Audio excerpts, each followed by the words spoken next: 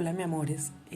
Hace días estaba tratando pues como de grabar el video sobre mi experiencia con la depresión y ansiedad, pero apenas, no sé, lo intenté como 3 veces y como que vamos a ver si esta es la vencida. Quiero contarles primero que lo que yo diga no son consejos médicos, ni yo soy psicóloga, ni soy psiquiatra, y que todo lo que voy a hablar aquí es solo, única y exclusivamente desde mi experiencia y desde mi perspectiva, que sí siento que puede ayudarle a alguien que esté pasando de pronto por lo que yo he llegado a pasar. Y por eso les pido que se queden hasta el final y que compartan este video con las personas que ustedes crean que pueden beneficiarse de él, o que simplemente lo compartan, porque en esta época de la vida siempre hay alguien que se va a beneficiar de este tipo de experiencias. Bueno, empiezo por contarles que pese a que yo siento que en mi niñez empecé a presentar algunos síntomas, sobre todo de ansiedad, no de depresión, porque debo decir que mi niñez fue muy buena, muy feliz, llena de magia y cosas bonitas. Mis padres hicieron pues de mi niñez algo muy bonito. Sí siento que yo tenía algunos síntomas de ansiedad. Estos síntomas eran, por ejemplo, una dificultad para respirar que nunca fue médica, ¿cierto? En la adolescencia incluso llegué a ir al médico para consultar esto, como que de sentir que los pulmones no se llenaban lo suficiente de aire, y al revisarme pues se daban cuenta de que allí no había nada físico, pero tampoco nadie me decía que esto podía ser psicológico, ni yo me imaginé que podía ser psicológico. Llegando ya a mi edad adulta joven, empecé pues a tener algunos problemas en mis relaciones interpersonales afectivas, y digo yo que las personas a veces cuando somos depresivas y no lo sabemos, solemos tener la autoestima un poco abajo, por lo que eso nos lleva a tener relaciones como muy codependientes, o a relacionarnos con personas que tienden como a bajar más aún nuestra autoestima, y tendemos a humillarnos ante esas personas, ofrecerles como todo de nosotros sin importar si esa persona nos conviene o no. Y eso fue lo que me ocurrió a mí, lo cual despertó por primera vez mi depresión clínica. Los síntomas eran muy claros. Esto ocurrió en una ruptura afectiva con una de esas relaciones que les cuento que eran como muy poco saludables, por lo cual sobre todo mi ansiedad empezó a verse muy incrementada. Mis síntomas eran los siguientes. Esta cuestión de no poder respirar bien, yo creo que los que sufren de ansiedad quizás puedan entenderme, es como esa sensación de que respiras profundo, pero los pulmones no se llenan lo suficientemente de aire, el corazón palpitando a mil por mil, o sea, una cosa impresionante. Y el límite fue una vez que empezaron a hormiguear mis articulaciones, mis dedos, mis manos, en fin.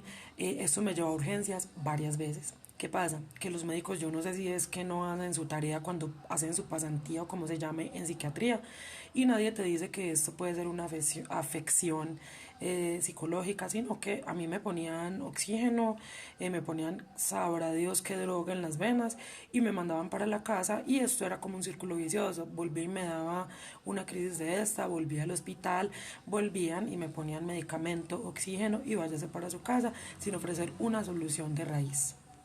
En la crisis más fuerte que yo tuve, obviamente tuve que volver a urgencias. Estas idas a urgencias fueron, di tú, 4 o 5 veces, pero la última fue tan fuerte que yo ya estaba empezando como a torcerme, no sé, como que iba torcida, no sé si me hago entender. El hecho es que fue tan fuerte que cogimos un taxi, y el taxista se asustó mucho al verme así. Yo recuerdo que iba pitando, como pidiendo vía. Llegamos al hospital y resulta de que, oh sorpresa, este médico como que sí hizo la tarea y prestó atención. Igual me atendió, me tomó los signos vitales, me hicieron una, ¿cómo se llama? Electrocardiograma, así se llama, bueno, en fin.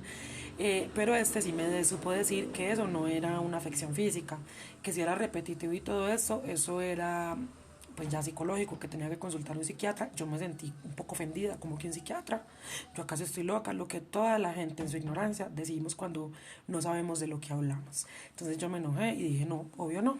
Pero siempre he sido como una persona un poco inquieta por investigar cosas que de pronto pueden ser de mi interés, y así lo hice. Empecé a investigar, empecé a averiguar qué podía hacer esto. Me di cuenta de que era posible. Anuado a esto mi depresión, porque lo que les he hablado hasta el momento es la ansiedad, pero mi depresión estaba muy incrementada. Yo todo el día lloraba, yo no comía, me dio una cosa muy tenaz, que ahí fue donde yo decidí acudir al médico. ¿Qué pasaba? Yo salía a la calle y me costaba ver el sol. Es como si viera el mundo a través de el culito de un vaso, como el fondo de un vaso. Es la mejor forma en la que lo puedo explicar. Me costaba concentrarme, ubicarme en el momento que estaba, en lo que estaba haciendo. Me acostaba en la cama y sentía que si me volteaba para un lado o para el otro, el techo se me iba a caer encima. Era una sensación súper extraña y súper invasiva y súper fuerte. Decidí entonces acudir otra vez a urgencias, pero con la firme decisión de que me remitieran a una entidad de salud mental. Oh, sorpresa de nuevo. Mi mamá obviamente me acompañó. Los padres de uno sufren mucho con estas crisis. Yo me imagino que para ella fue muy feo, pero siempre me apoyó. Yo le dije mi decisión, ella me acompañó y el médico no me quería hospitalizar. El doctor que me atendió decía que no era necesario, que yo no estaba loca, que no, que me fuera, que hiciera un esfuerzo. Esa palabra sí la odié en ese entonces, que hiciera un esfuerzo por estar mejor. Pero yo, como ya iba decidida y yo cuando tomo una decisión, lucho por ella, me tuve que enojar y le exigí, le dije, yo no le estoy pidiendo el favor, señor, yo le estoy exigiendo que me haga una remisión, a lo cual a él no le quedó más remedio que, en efecto, hacerme una remisión. Y aquí empieza la experiencia de Mariluz Padilla en una entidad de salud mental. Esta experiencia en un sitio de salud mental se las voy a profundizar luego. Solo quiero contarles que llegué allí, pues me atendieron. eh, el médico trató de que yo no tuviera que medicarme con pastillas, sino que hizo una terapia que creo que todavía está en experimentación o lo estaba en aquel entonces, que se llama terapia de deprivación del sueño, que consiste en dormir 12 horas de 7 de la noche a 7 de la mañana para posteriormente no dormir más, ni todo el día, ni toda la noche, ni todo el otro día. Cuando uno se levanta el día después de dormir tiene que tomar la luz del sol. Él dice que en Europa, por ejemplo, eso lo hacen con unas luces artificiales ultravioleta, pero estamos en Colombia, no hay eso. Entonces lo que me tocaba hacer era salir a tomar el sol en el patio pues de aquel lugar, pero esta terapia a mí no me funcionó. Por lo cual el psiquiatra, pues al darse cuenta de que yo estaba empeorando, pues como ese estado de ansiedad fue terrible, porque no, literal no te dejaban dormir. Había una enfermera, recuerdo que era otra chica que iba exactamente por lo mismo que yo y yo. Y había una enfermera toda la noche vigilando que no nos durmiéramos. La terapia era así, ¿por qué? No sé. Después le subiré un videito explicando mejor en qué consiste también esa terapia. El hecho es que el médico, cuando se dio cuenta de que no funcionó, decidió proceder a medicarme. No les voy a hablar de medicamentos porque mi intención no es que nadie se automedique. Si ustedes tienen un caso de depresión, lo mejor es consultar al psiquiatra y dejar de tener en un mito todo extraño esto de la depresión o de los padecimientos mentales. Él procedió a medicarme y esto fue lo que finalmente me sacó de mi estado de ansiedad y depresión. Eso sí, estos medicamentos, claro que sí tienen unos efectos secundarios. Los efectos secundarios en cuestión, sobre todo de los ansiolíticos, porque hay medicamentos que son para tratar la ansiedad y hay otros que son para tratar la depresión. En mi experiencia, los que dan sueño, que es como el síntoma más claro que yo les podría describir, son los ansiolíticos. Estos, mientras tu organismo se acostumbra, te van a ocasionar mucho sueño, pero no es para siempre.